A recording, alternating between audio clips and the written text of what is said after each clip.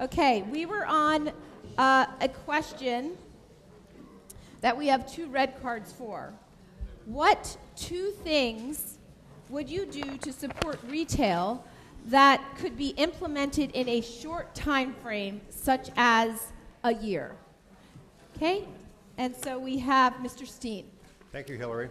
My question is very straightforward. I'd like to ask Mr. Dykewell what specific Palo Alto assets that he feels that we should sell. So that's your red card, right?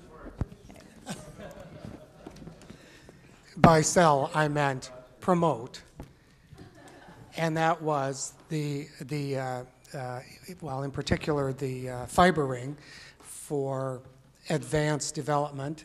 We talk about wanting a green economy, and most, I shouldn't say most, but many of the companies that come to Palo Alto come because of the workforce here, the skill sets at Stanford, and a lot of this is advanced technology. So that fiber ring is just, to me, a very powerful attraction. And the other point I was making was the base of knowledge workers we have here. We also have high disposable incomes in this area, so businesses want to come here. Again, it's part of promotion, not selling off, but promoting our assets. Thank you. Mr. Gaither? So the question was helping businesses in Palo Alto in a short period of time. I think the number one thing is that we have to help the businesses that rent sites to negotiate better rents. That's one of the biggest driving forces why they have to leave. In addition to other expenses that they have, some landlords just want to raise the rent to raise the rent. There's no connection between increasing expenses all the time, and it's a sort of a matter of greed. So we need to have some type of mediation process, just like we have in residential, for commercial, to help them. Business people get very busy, and although they're assertive and they have their businesses, sometimes they let things like that slip by because simply they're afraid, okay? And they are managing a lot of things. The second thing is, as I always say, we need to go on a blitz to promote Palo Alto, to promote people coming here to Palo Alto. Destination Palo Alto is one good thing, but the Chamber of Commerce needs to step up and be more active to help businesses come to help people come here to Palo Alto to shop. Thank you. Mr. Sharp. When I meet with businesses, the number one thing they talk about is the permitting process. The permitting process in Palo Alto doesn't work, and we really need to streamline the process. There's no question about that. And we need to make it a fair process so that different inspectors don't have different approaches. And it has to be clear what the rules are so that when a merchant signs up for a lease, they know how long it's going to take, and they know what it's going to cost them. What happens now is the process takes much longer than it should, and then they eat up their dollars with longer rent because they haven't got their permits yet. And then they set a grand opening, and the city does not honor their grand opening. They don't have their permit by the time the grand opening. They have to extend it. Those kind of things eat up merchants' businesses, and then when they actually do get their permits, they have less money and are unable to, when the downturn hits, use it on advertising and things like that, and they go out of business. So we really need to streamline the process. And we also need to bring conventions and other things to Palo Alto and get the Chamber of Commerce more involved in doing that. Thank you. Thank you. Mr. Hackman. In my ballot statement, John Hackman again. In my ballot statement, I mentioned a small idea. I think we can do a shuttle that assists people in the neighborhoods in shopping, where you can walk downtown or walk to California Avenue Midtown and have a private shuttle service that would deliver your groceries, your package, or your chair, things you can't carry maybe to your home, and just do it on a private volunteer tipping basis. Try it, see if it works. I think Palo Altans would like that. For neighborhood businesses, when I saw that No New Books was maybe being liquidated, I went to see them. I'm going to be coming to visit many of your houses when I knock on your doors with my campaign literature. I offered to drop literature for any business that wanted me to, especially the midtown businesses and neighborhood businesses, and a printer offered to print it up for free. And finally, I want to have a meeting to discuss with John Hackman. Anyone who would like to can email me, any group of 2 to 5 people. I will meet you at a coffee house and share a bite to support our local restaurants, which are going through a very difficult period. These are small things, businesses maintained by small clients and steps. Thank you. Okay, the fifth question for the evening. Should Palo Alto consider encouraging big box stores to locate in Palo Alto? If so, where? So this is for Mr. Hackman. I will give you a definition of what could possibly be big box, and that is a big footprint. So large retail chains that are perhaps like Costco, Target, Walmart, large, big boxes. Okay, so should Palo Alto consider encouraging big box stores to locate in Palo Alto, and if so, where? This is for Mr. Hackman, Mr. Gray, Mr. Gaither, and Mr. Leong.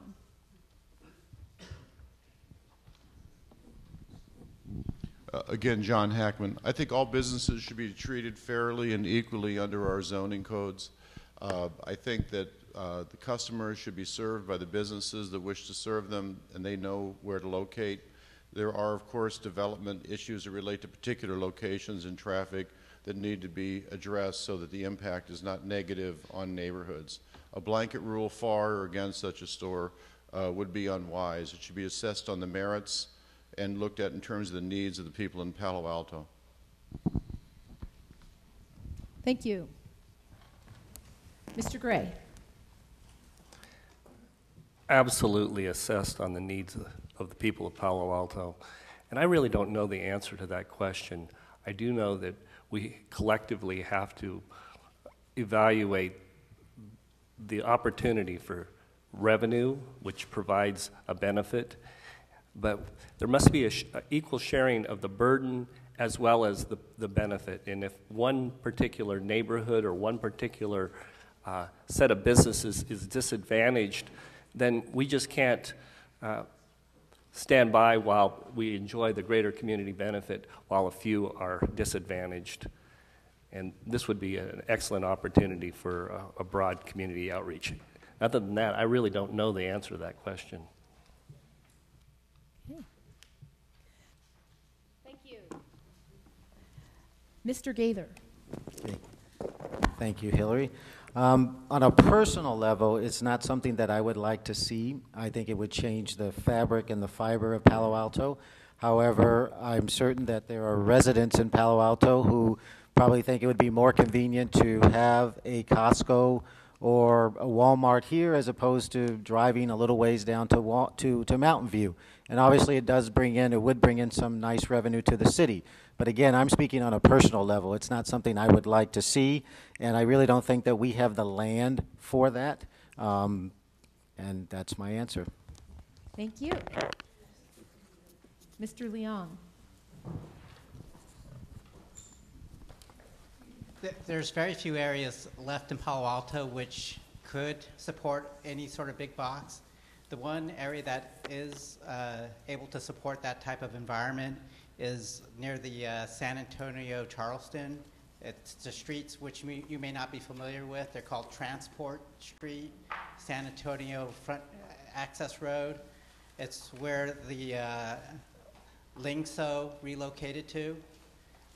So that is really the only area that there could probably be a environment which could support a big box retail. It's really very close to the border of Mountain View. It's across from the OSH hardware store. In terms of whether or not it's a good idea, we've seen our smaller shopping centers revitalized like Town and Country without having to go to a big box format. But to me, it's a free market decision within the land zoning decisions that the city will make. And so if the city wants to support that, that's the specific area that they should look at zoning for that type of activity. Thank you. Okay. Red cards, lots of red cards. Okay, so let me explain again about the red cards. Because we are now closing in on the end of the questions that were prepared, you can use your red card for any statement that you would like to make and make sure that the constituents hear. So it doesn't have to be exactly on what we're talking about at the moment. So I just want you to keep that in mind because of the time that we have. Okay, so red cards. Mr. Gray.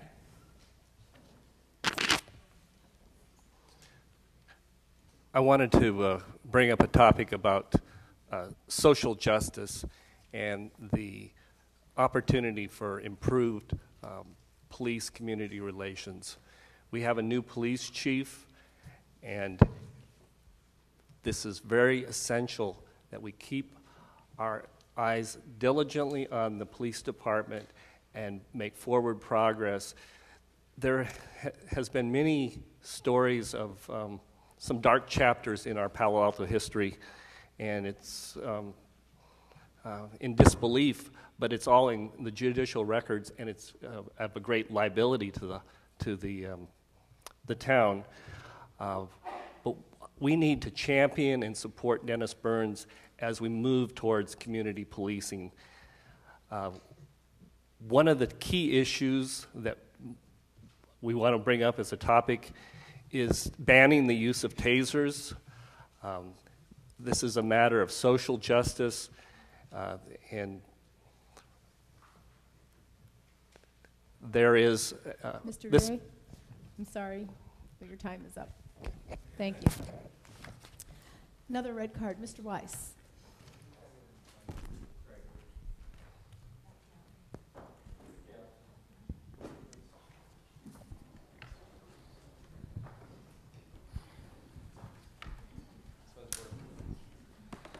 Well, I'm continuing to be disappointed with this panel that there's 5 questions in a row about business. Wasn't this sponsored by Palo Alto Neighborhoods? I thought there'd be something more residentialist on the agenda. But I would say, again, I don't work for Destination Palo Alto. I live here. I'm getting involved because I care about my community. I care about my neighbors. I care about newcomers to our community, and I'm just really disappointed with all the questions about business. Government is not a business, it's a social service, and I think we should boycott big boxes and shop locally. Shop Palo Alto Sport and Toy, owned by the Hoffleckers. Shop European Cobblery, owned by 5 generations of the Roth family. Shop your local grocers. I don't think we need the big boxes here at all. Thank you. Any other red cards? Mr. Scharf. I would oppose bringing big box retail to Palo Alto. I think it would change the character of our neighborhoods. And frankly, let's face it, the only place it would go would be South Palo Alto. And I think that's where they put it. And I think that would be a real negative to the neighborhoods and would change the character. I think it's really important to oppose creeping urbanism in Palo Alto and to oppose the big box retail feel that other cities often have or stuck with. I think we want to maintain the quality of life in Palo Alto. We want to resist ABAG's 2,700 units that they're planning on putting in Palo Alto. I think we want to resist that strongly. I think we want to make sure that we maintain the quality of life that we have here in Palo Alto. Thank you. Thank you. My second card. Okay, just a minute. Mr. Klein.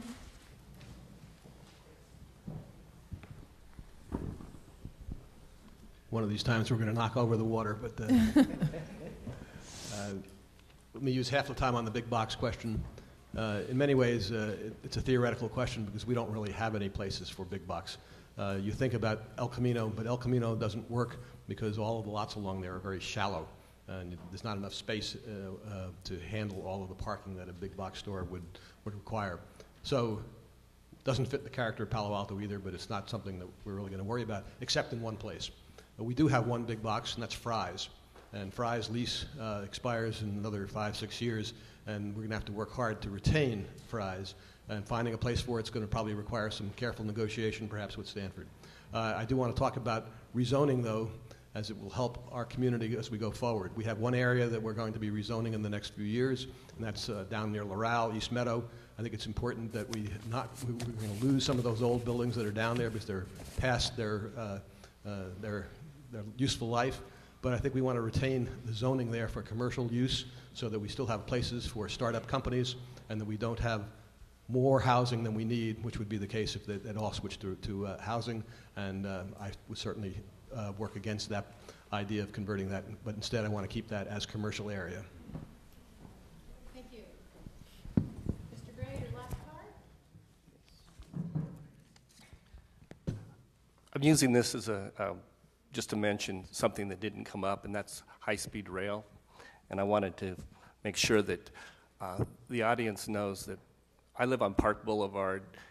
The rail is about 30 feet from my children's playhouse, and they think it's poetry when the rail goes by right now. But when the high-speed rail goes on an elevated basis, it needs to go safely and quietly. And I've got my back against the rail. I'm going to come out fighting. So if you care about that issue, I want you to know that I'm like a mother bear with her cubs between you and me. And on financial discipline, it's very important that we live within our means. And I had mentioned that we wasn't going to cut employees, but we have no choice, and there's solid business practices that you take the money that you have coming in and you only spend the money that is there. And if you have to make painful cuts, you get together and you cooperatively and you unitedly make those tough choices. Making a $10 million gap in the current year is just a patch. It has to be structural. We are now going to go through two more questions. What is your position of the high-speed rail project? This question is for Mr. Klein, Ms. Shepard, Mr. Gray, we already heard from, but if you would like to speak again, and Mr. Dykewell. Okay, Mr. Klein.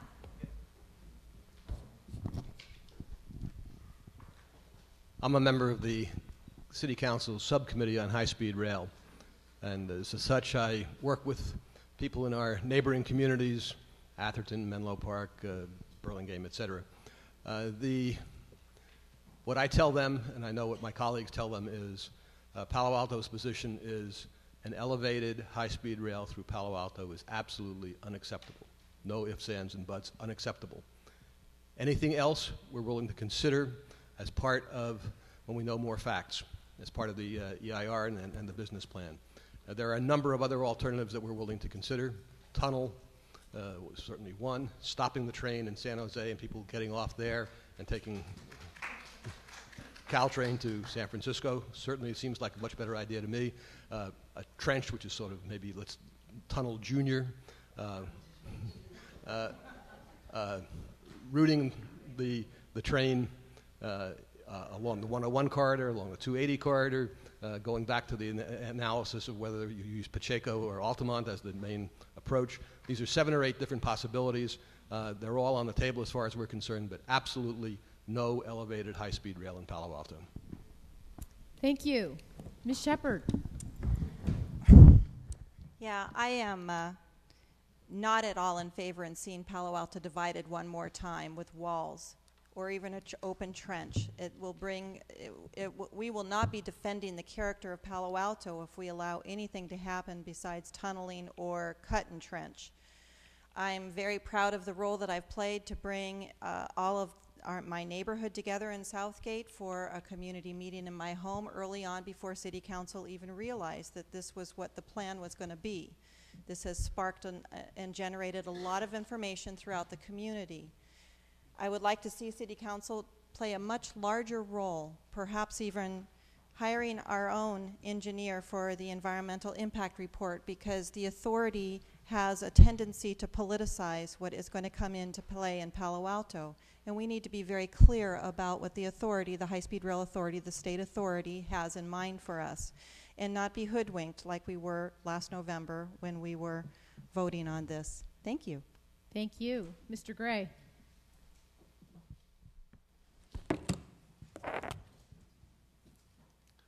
I won't repeat myself, but there are some solid options like going through to the East Bay. One observation I've made is that we have 10-to-1 traffic compared to coming from the East Bay compared to what comes from Gilroy. And the high-speed rail really needs to address our regional transit demand as well as our statewide transit demand. I've gone to the high-speed rail teach-ins. I'm satisfied now that Palo Alto is plugged in and we will have a positive solution. Bill Cutler is my neighbor. Very appreciative to him for his hard work. Brian Steen, you've done a lot of good work. And I think this is really a good opportunity for us to come together and do something really creative and have something much better than our fears would present. Thank you. Mr. Dykewell. I absolutely oppose and oh, it's on. All right, I'm sorry. I absolutely oppose an elevated rail. That's the easy part. The tough part is figuring out how we proceed with this. As Larry mentioned, we're part of a consortium of cities trying to address this at the political level. Sacramento has to be involved. I would suggest maybe we expand that to include some of the cities in the South. They have to be facing some of the same issues we are at the other end of the terminus. And I think that we might get some political leverage by also including those people. We all owe it to ourselves to investigate all the options.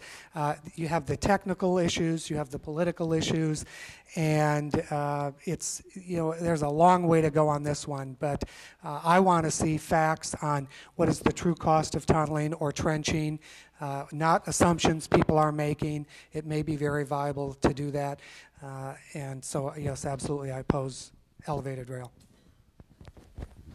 Thank you. Red cards. Okay, Mr. Leong.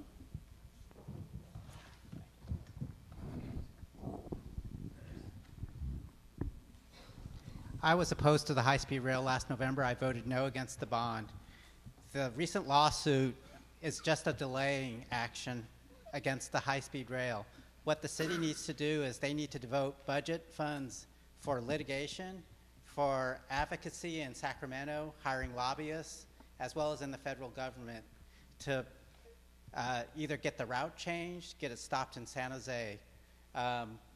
We need to spend some of our budget dollars to fight this. And if I'm voted onto the city council, that's what I would push for. Thank you. Ms. Holman. Well, there's no question that opposing the above-ground proposal is a no-brainer. Undergrounding, however, does not eliminate all of the environmental, potentially very negative impacts. You have utilities underneath underground. It does not eliminate the issue of eminent domain. There are issues of passengers and freight trains. Can they occupy the same space? We do not certainly want to put our freight cars on the freeways and diesel trucks. That's a huge and negative environmental impact. I read through parts of the PEIR, the program EIR. It was not a serious document. One of the best things the city can do in whether we end up in a lawsuit or with an initiative process, both of those are at our disposal. We need to really stay on top of the environmental analysis and require that the most professional, highest level of professionalism is required during the EIR process and that a real business plan be performed, which has not yet happened. My experience on the Planning Commission will help guide us through that. And because I've read through so many environmental documents, I think that would be a great assist on the City Council. Thank you. Mr. Levins. I'm in favor of high-speed rail with one caveat. It has to be designed right, and it has to be acceptable to the people of Palo Alto. A 20-foot berm is not acceptable. We all know that. Tunneling does seem to be acceptable. At the high-speed rail teach-in a few weeks ago, a Palo Alto architectural firm had a very innovative design for an elevated train that I thought was pretty innovative. The fact is that there are lots of ideas out there that we just don't know about. And what we're going to have to do is to make sure that we are working with the communities next to us and provide a united front. We have to understand that there are we take our heads out of the sand and understand that there are very powerful political forces in Washington, Sacramento, and all San Francisco that want this done. Without providing a united front, we will not be successful in making sure that that train does what it should be doing and is designed the way it should be. And I'll just throw this out there, that if the train does come through here, I would insist, I think we must have a station in Palo Alto. I do not want to watch the trains go through Palo Alto, bringing the business to Redwood City, and lose out on all of that, that benefit of the train. Thank you. One more red card. Mr. Gaither. I did not vote for the high-speed rail in the last November election, and along with my colleagues, I'm against elevation. I think it should go along the 280 corridor. Basically, since we voted on it, we're stuck with it. It's just a matter of time of when it's going to happen. Conceptually, it is a good idea when you think about Asian countries and European countries and back east, our own eastern states. We do have transit in terms of trains that are far better than we have here in California. My biggest question is whether or not we can fund it. If we look historically at Caltrain, every single year they talk about cutting services, cutting the programs, increasing this, increasing that to stay viable. And so my biggest question is, have we done the correct market studies to show that this can work going up and down the state of California? I know the proposal is that business people would like to do it, preferably than taking a plane. We go down to catch a Dodgers game. We go down to Disneyland. But really, we need to do numbers on whether or not we can financially sustain this, or will it go the same way as Caltrain and our national Amtrak system? Thank you. Okay, this is for Mr. Steen and Mr. Scharf. Explain the budget technique that you have used in the past that you think would be most helpful as a council member dealing with the city's deficits. Mr. Steen. In running two nonprofit organizations for 28 years, I've always managed expenses on an aggressive basis, and that's what I would do also with Palo Alto. I feel we do have good staff, we do have good management with our city. I don't want to unnecessarily cut staff, but I certainly would look for efficiencies of expenses. I would also look for increased revenue opportunities. I think we've missed opportunities, and we've actually chased some revenue right out of the town, as I'd mentioned earlier with the Hyatt revenue. So I guess my simple answer for that question is I would really look in terms of expense efficiencies and make cuts on the expense side.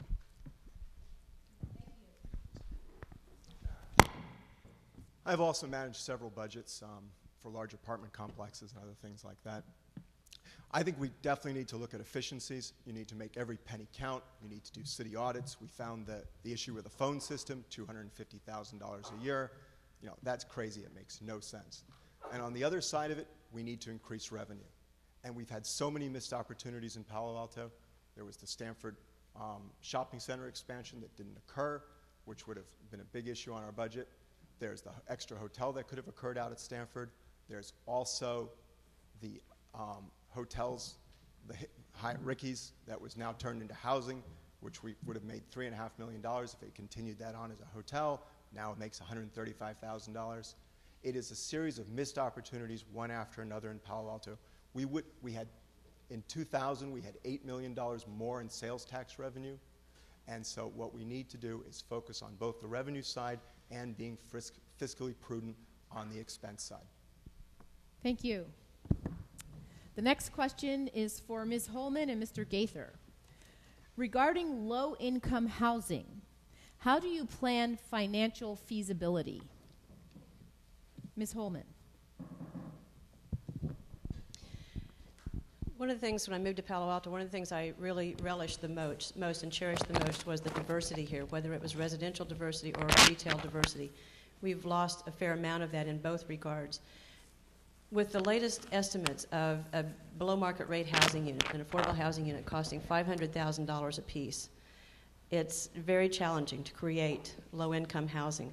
One of the things I think we can do and would encourage the city to do more of, because it has been proven to be successful in the past, is use what dollars we do have to buy our existing cottage courts, cottage clusters, 6-plexes, 8-plexes, and small apartment buildings, and refurbish those as affordable units.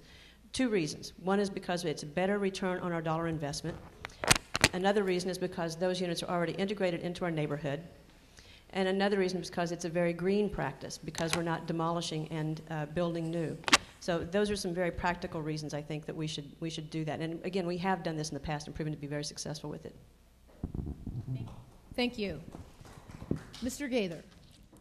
Yes, having an affordable housing background, managed properties in affordable housing, senior and disabled, for the past 10 to 18 years, basically, I'm a pro-fan of affordable housing. My biggest theory, however, is that affordability is really relative, and I think we have to look at that. There are people who work very hard, and they earn very good salaries, and they deserve to have homes that they can afford that are in the $1 to $2 million ranges. There are people who make less salaries, and that we need to be able to provide housing for them to live in the city as well. And I do believe wholeheartedly that Palo Alto does a very good job of the balance. We are a leader in the nation. People look to us as a model for what we've done in affordable housing. One way to increase more affordable housing, however, is to encourage landlords and owners to accept Section 8 vouchers. Because if you do that, you have people mixed into all of the community, and vouchers are a great way. The money comes in, it's consistent, it's there, and we need to promote that. Thank you. The next question is for Ms. Price and Mr. Hackman. What 2 city council votes in the past 2 years you have strong disagreements with that you feel were serious mistakes? Okay. Mr. Hackman.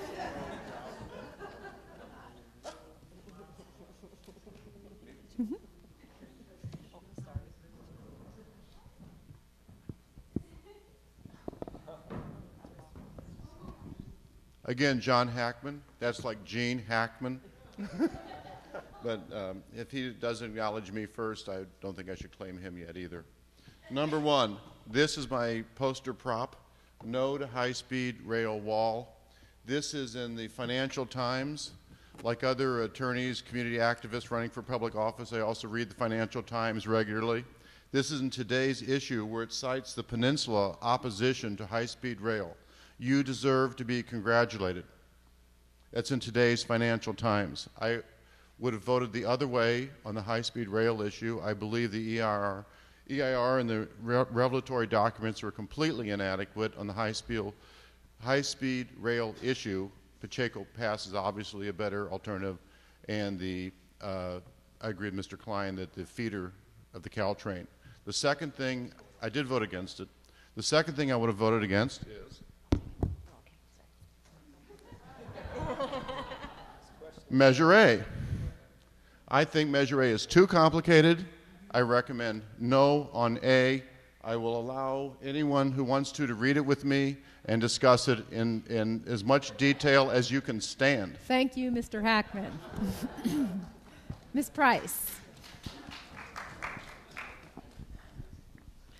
I regret I didn't go to every council meeting over the last 2 years.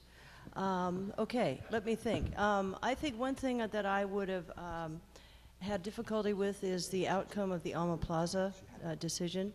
I think that really we have 2 of our 4 neighborhood retail centers that are in complete disarray, and I feel very strongly we needed a stronger retail component.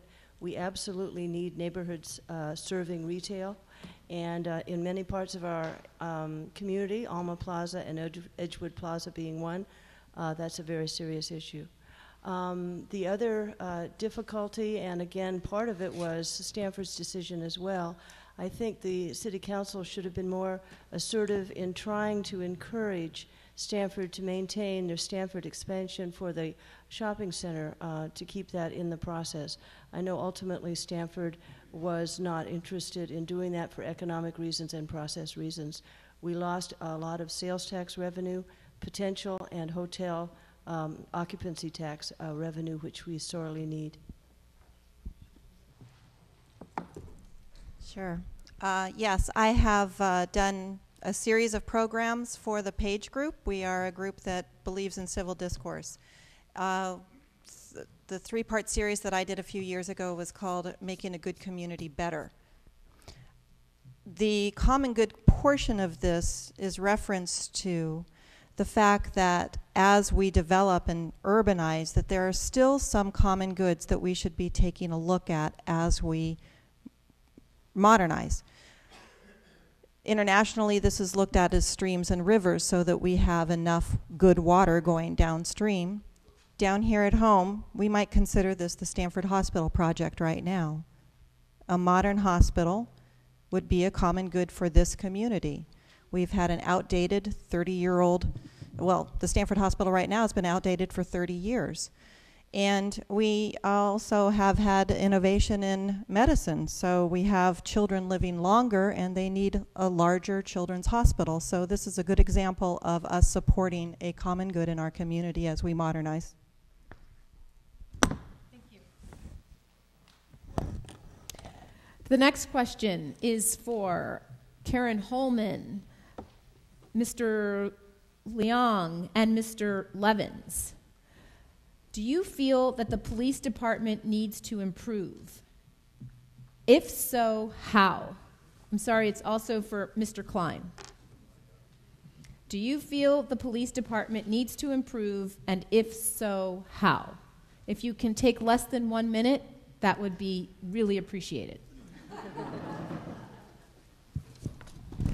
Well, no matter what the organization or the department, there's always room for improvement.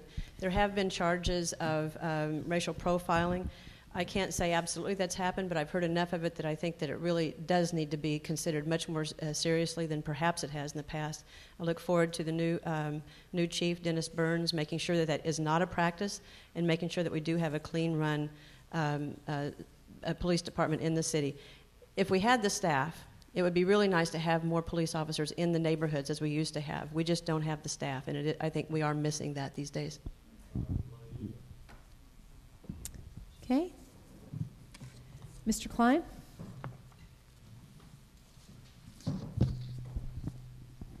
Yes, I think the police department needs to improve. We've had too many incidents. They're odd ones, perhaps. The children's theater investigation was clearly botched. But it's sort of a one-of-a-kind, I hope. The racial profiling is troublesome. I was mayor at the time when the former police chief made her very unfortunate remarks, and it was up to me to respond. And at the time I said that those remarks were unacceptable, un-American, unconstitutional. I stand by that.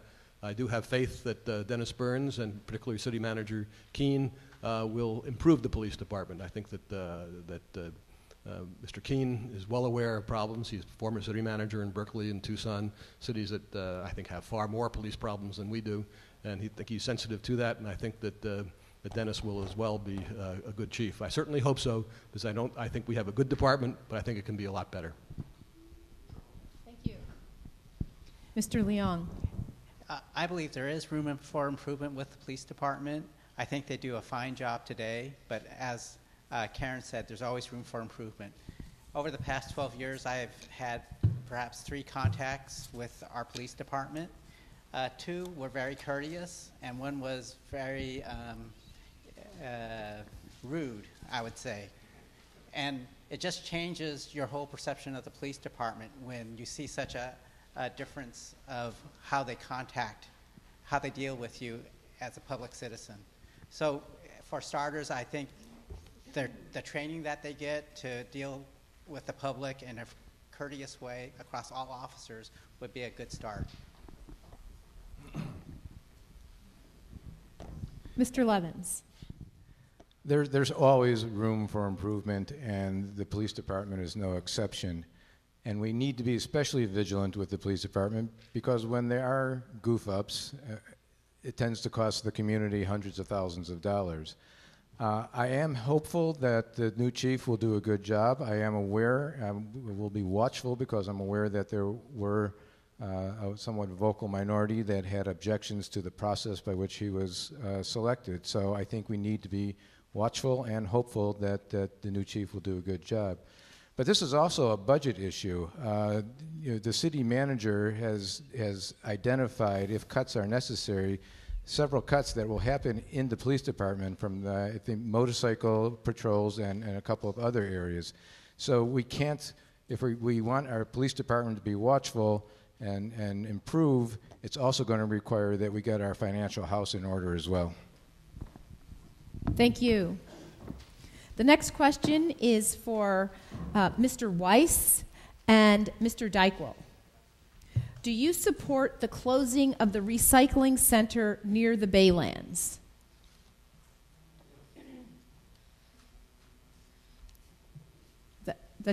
Is that it? Because that's less than a minute. Thank you. All right, that would be a no. No. Okay. All right, Mr. Dykewell, you still have a minute. Thank you. This is a tough one, but I really don't support closing it. I'm not in favor of moving our refuse to someone else's backyard. I'm not in favor of increasing the carbon footprint with the trucks having to do that. I think we still need to look further into how we can manage to process that in our community and take the responsibility for it. I realize space is tight. There are some alternatives, and I would like to see it remain here and increase the things that we can recycle. Thank you very much. The next question is for Ms. Price. Stanford is proposing a massive 2 million square foot regional hospital that will add to gridlock traffic, overcrowded schools, and calls for more housing. Should this facility be limited in size to a site more feasible for the community?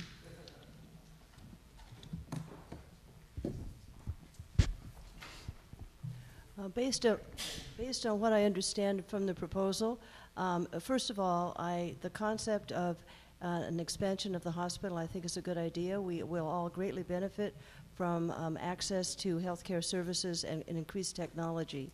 I think it is a very serious issue related to the impacts, all sorts of impacts, traffic and other issues associated with it.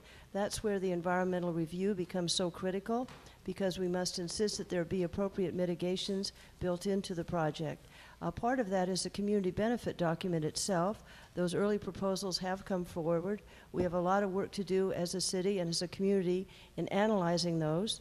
The challenge with the community benefit document is, first of all, the length of the original proposal. What do we feel is a fair and appropriate exchange for a project of this size? And I think there's a lot of creative opportunity here for ongoing debate to resolve some of these issues. And at this moment, I don't have an alternative suggestion regarding siting. I think it's efficient to have compact development and to try to do a lot of sustainability practices in the new building. Thank you. And the final question is for Mr. Scharf and Ms. Holman. It's a pretty long question. Recently, the chair of the Library Commission resigned after council rejected recommendations drafted after hundreds of hours of citizen time. This is a chronic problem, asking for community volunteers and then dismissing their work. Will you pledge to defer to the judgment of these committees, task forces, and commissions in the majority of cases? What do you say to the community volunteers who have been burned to convince them to stay involved? Mr. Scharf. I think that was a very unfortunate incident. I think that, yes, community volunteers are very important, and we need to respect their efforts, and I was very disappointed that Susie Tom resigned. I think that we want to very much respect those decisions. I can't pledge to always do it, because you don't know what the circumstances are going to be, but as a general principle, I absolutely believe that you should respect and follow those decisions. After all those hours and work that they put into it, absolutely.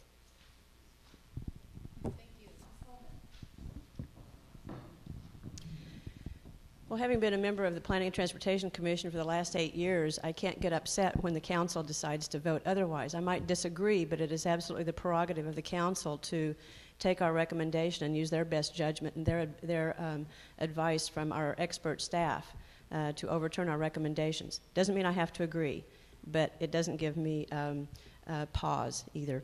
That's why I'm running for city council, because I have disagreed with some of those changes.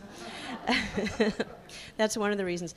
Regarding the Library Advisory Commission and FOPAL, the Friends of Palo Alto Libraries, what I think could have happened here and I think should have happened here in hindsight is always, a better perspective. But I think when there was such disagreement earlier on, I would like for staff to have stepped in and had this sent to the city council much earlier, so that without spending so many hours on the part of every volunteer, to wait till we get so late in the process, I think was very unfortunate. Thank you very much. And thank you, audience, for those questions. One more red card. 2 more red cards. Okay, we're going to have to keep these really short. I think there's 3 things that we can do to make the commission process a little more efficient. One, if there's an amendment, especially one like the library one, where there's costs are involved, there's a time period that will delay a good improvement to our city, we should be asking the chair of the commission to come up and go over the packet on the dais, because at that point there is no more communication between the chair of the committee and the city council members. 2, I'd like to see this go into a 2-meeting process for something that was as dramatic as the hospital, the libraries. If there had been, they're just going to be voting 7 days later, and that way they can hear themselves or go through the packet. 3rd, the packet is this thick.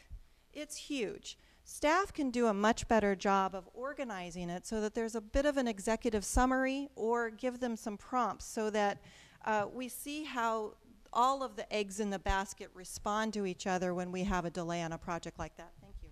Thank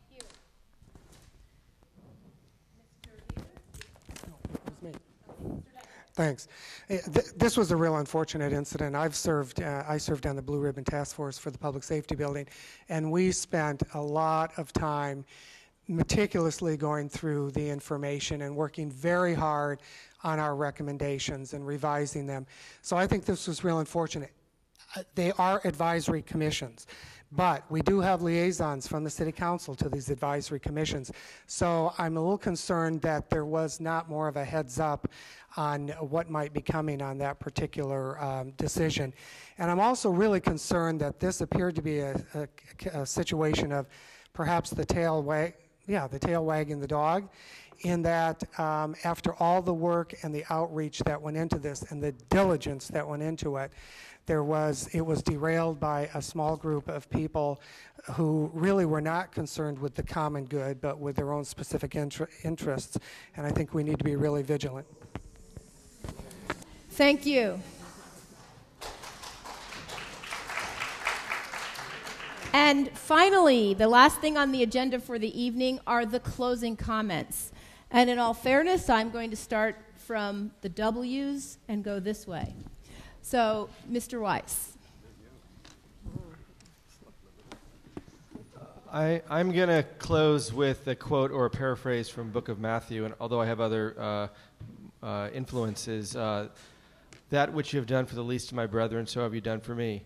The context of that is I'm still disappointed at how little discussions we've had about what are the values of our community, and I feel like the discussion of all the business interests are overrepresented. And specifically in my campaign, I've been pointing out that I feel in recent history that the real estate interests have too much say here, too much power. I think the Lytton Plaza thing is an example of a countermining process, and it was a symbol of the first freedom of speech, a gathering place, and I don't think it serves our interest to renovate that place. It serves the people who own the property adjacent to it, among other things. I'm also running on an arts platform, and I noticed when I came in that there's a great exhibit here in the Arts Museum. It's the Mexican Museum has lent us some of their pieces, and there's a big family event, Dia de los Muertos, Day of the Dead, Sunday, November 1st. And I also want to say I'm representing kind of South Palo Alto, and I want to, and sort of the little guy or the have-nots relatively against the haves. So thanks for your attention tonight. Thank you. Mr. Steen. Thank you, Hillary. Well, it's my pleasure to be here tonight. I hope I've answered the questions at least in a manner so that you can see what some of my views and some of my experience that I would bring to the Palo Alto City Council. I look forward to performing in this capacity. It's a very serious job that brings serious responsibilities. I've been known in the land conservation world as a person who can solve serious problems, and so I'm not afraid to work on things, to learn from the other people that I'm working with, and to be decisive. I think if I had any comment to make about some of our recent decisions, or maybe lack of decisions, is our council members, I think, could be more clear and more decisive, and that's an attribute that I would bring to the council. I want to thank Councilman Klein for underlining the need for private partnerships, private-public partnerships. I think the biggest partnership that we have is the traditional partnership we have with Stanford University. I look forward to working with Stanford, working with our community in terms of dealing with the hospital proposal, trying to find the best ways of solving the various impacts that have been referenced earlier. You've heard my interest on high-speed rail. Again, that's a regional land use decision that can't be made just by Palo Alto alone. It's a regional concept, so I look forward to working with everybody on that. Thank you. Mr. Steen. Ms. Shepard. Thank you. Thank you, Pan, for having this panel. I have a long history of having volunteered in this community. I've got measured results from the tough issues that I had to address in the school district. I've been PTA council president, and I've sat on the Educational Foundation Board. I've had to bring all stakeholders together from all regions of this community so that we could look at problems equitably throughout the system. I want to take these skills to City Council to defend this character of Palo Alto so that we can keep that as we move forward into our future. So I'm going to be asking for your vote. People that endorse me, endorse my values and my principles, the fact that I will wrestle with these issues. So please vote for me on November 3rd. Thank you. Thank you. Mr. Scharf. Thank you for coming tonight, and thank you, Pan, for hosting this. I want to be a strong voice for our neighborhoods. Will always listen to you when you call me up. I have extensive experience in land use, in reading EIRs, in negotiating, and I feel that I would be an excellent addition to the council, and I would hope that you would vote for me for City Council on November 3rd. I also would like you to look at my endorsers. I have a number of endorsers in the audience, and I appreciate their support. I also have a number of endorsers of elected officials and former elected officials. Thank you very much. Thank you. Ms. Price. Thank you. It's a pleasure to be here. In my opening statement, I forgot to mention I have 8 years of experience as an elected official on the Palo Alto School Board. I'm used to being held publicly accountable. I think if you look at my service on the school board, my long professional career, and my service in terms of nonprofits and community service to Palo Alto, I have a demonstrated record of commitment and outcomes. I really enjoy working on behalf of the members of the Palo Alto community. I feel that if you look at a candidate, you need to look at their character, the qualities that they bring, and their vision. I have a record of being fair, deliberate, and brief in my comments, and I enjoy working to solve very complex problems. I would appreciate your support. I have the endorsement of 9 organizations and good people in Palo Alto and elected officials at the local, county, state, and federal level. Thank you very much, and check my website, www.gailprice.org. It's a pleasure to be here. Thank you. Mr. Levins.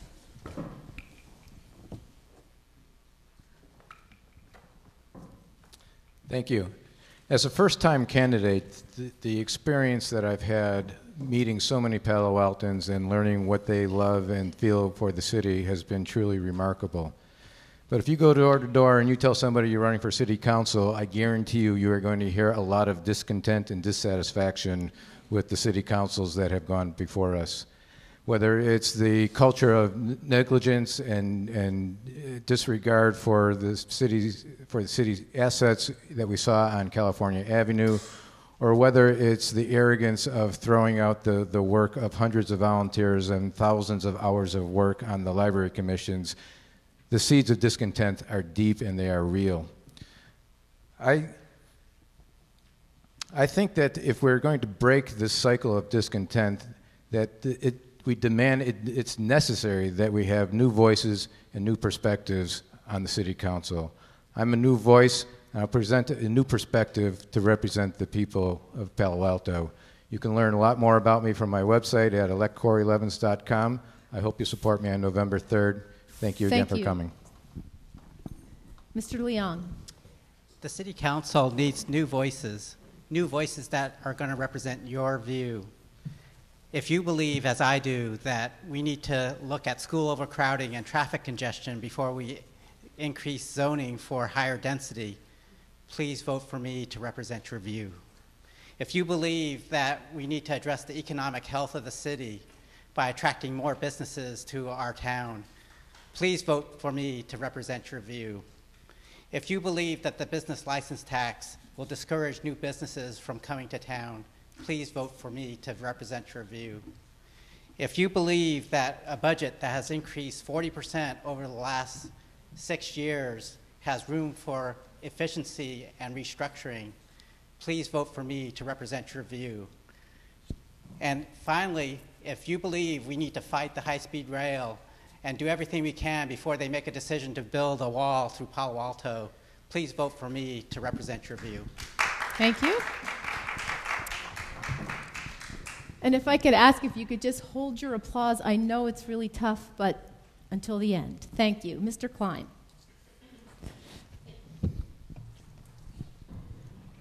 In my opening remarks, I referred to my experience in leadership positions, and in my concluding remarks, I want to talk about results, because experience and leadership are fine, but they have to have results to go along with them. And let me mention just 3 or 4. One, I've heard several remarks tonight about the auditor, and that's great, and I feel sort of a fatherly pride.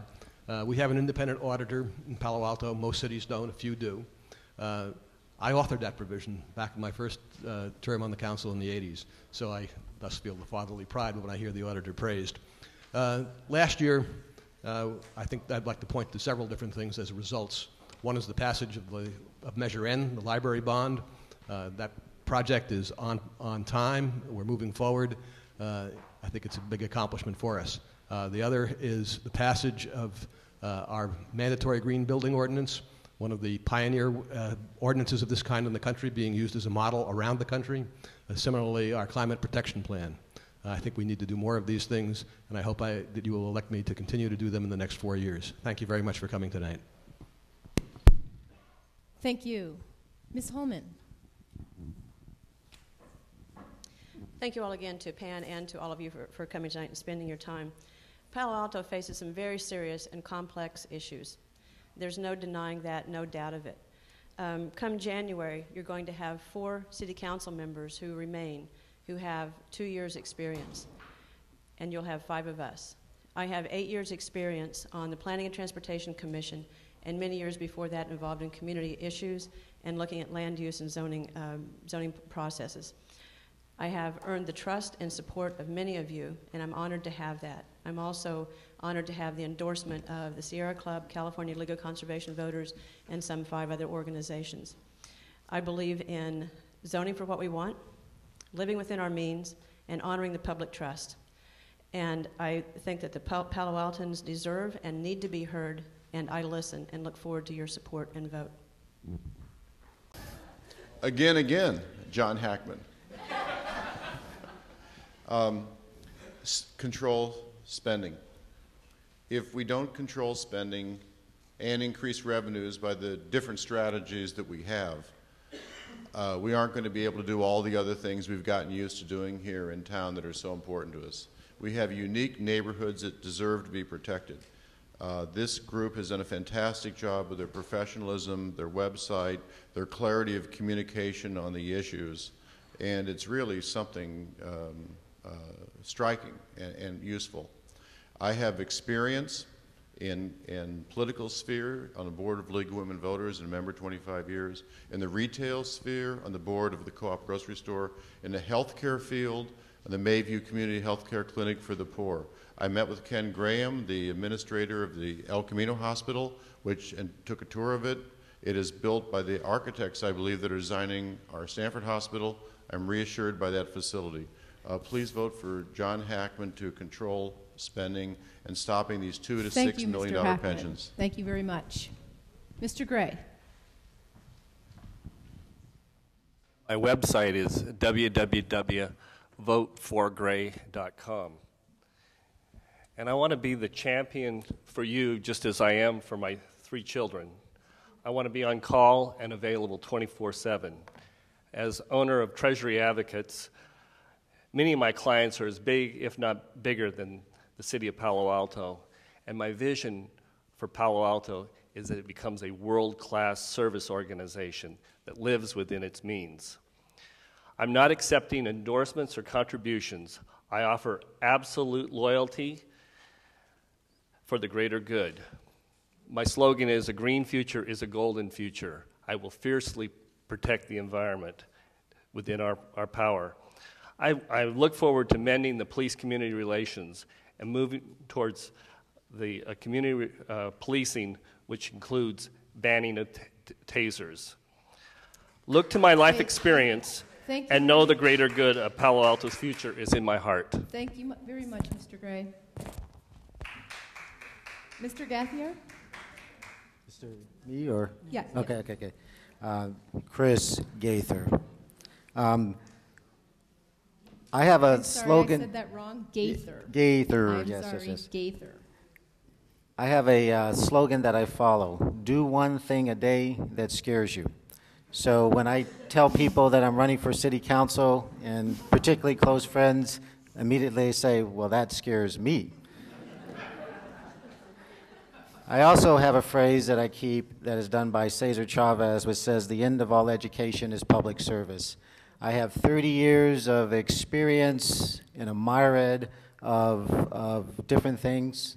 I have done audits, inspections, renovations. I do finance. I've done affordable housing. I know what housing is and means to people. Shelter is the most important thing that we have to keep us focused and stable. I'm collaborative. I know how to work with communities, and I know how to listen. And although I've never held public office, this will be my first step forward, and I don't plan to stop until I'm able to serve a greater good. And this is my time to do that, and I believe in community service and that we all should heed the call. Thank you. Thank you, Mr. Gaither. Mr. Dykewell. Well, I'm sorry Mark's on the phone. I just wanted to correct him on Lytton Plaza. It's not about real estate interests. My wife was in charge of the private portion of the fundraising, and the Friends of Lytton Plaza are committed to improving that for the benefit of all Palo Alto citizens. So I just wanted to make that clarification. I'm committed to the long-term interests of our city. I have proven managerial and leadership skills. I know the city well as a resident and parent through my extensive volunteer work and as a local businessman. My managerial skills will be critical in achieving strategic results in terms of reducing expenses and looking for revenue streams. I'm committed to transparency. As a council member, I will be informed, and I will base my decisions on analysis, but always keeping in mind your needs and interests. I'm being endorsed by Senator Joe Simidian, Assemblymember Ira Ruskin, and others on my material. I respectfully ask for your vote. Thank you. Thank you. And tonight, my friends, has been yet another great testament to the Palo Alto civic engagement process. I appreciate all of you being here and all of you who are listening out there and who will listen in the future. So thank you very much, and it was an honor to be here.